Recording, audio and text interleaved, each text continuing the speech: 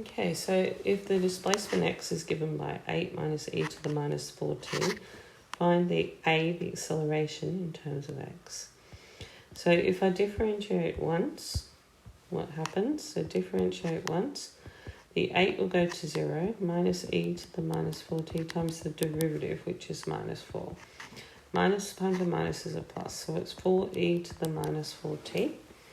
Differentiate again to get acceleration, so you get 4e to the minus 4t times the derivative on top, so you get minus 16e to the minus 4t. So what we need to do now is we want to get it all in terms of x. So if you go back up to your initial thing, you can see that within that you have an e to the minus 4t. So you take this one, x equals 8 minus e to the minus 4t, bring that to the other side. So you have e to the minus 4t equals 8 minus x. And then once you've done that, you can take the e to the minus 4t and replace it in that one. And you replace it with 8 minus x.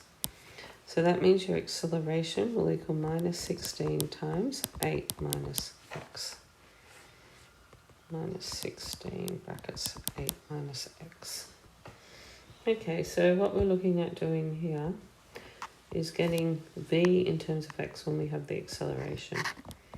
So the easiest way is usually just to replace the acceleration with x dv on dx, and you get e to the 2x minus e to the minus 2x. So if we group the v's together, so we have v dv, and then 2e to the 2x minus e to the minus 2x dx. And then all that's left to do now is you just integrate both sides with respect to whatever it is. Okay, so looking at that, the v will go to v squared on 2, and the 2 will stay as 2, but this will be e to the 2x on 2, and e to the minus 2x on minus 2, and you just go plus c. So v squared equals, that'll be 4, e to the 2x, actually probably what I should do is just get, if I go back, I'll just get the c first. So I go x equals 0, v equals 2 root 2. So it's 2 root 2 on 2 squared equals 2 e to the 0 on 2 minus, with a plus there, 2 e to the 0 plus c. So that's going to 2 root 2 will just give you 8, because 2 root 2 is 8, root 8, and root 8 squared is 8 on 2, equals 2 times a half plus a half plus c. So that's 4 equals 2 times 1 plus c, and c equals 2. Okay, so that means that v squared on 2 equals 2 e to the 2x on 2 plus e to the minus 2x on 2 plus c, which is plus 2.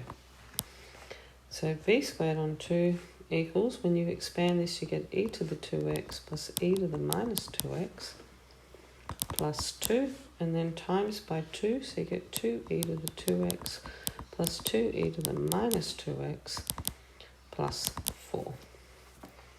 And we still haven't got v, so to get v, you square root the other side, but you put plus or minus 2e to the 2x plus 2e to the minus 2x plus 4. But because v, the initial conditions is v is positive, so that means it is moving right. So unless some other force is applied, it will continue to move right. So to ensure it satisfies the initial conditions, you just take the positive v instead of the negative.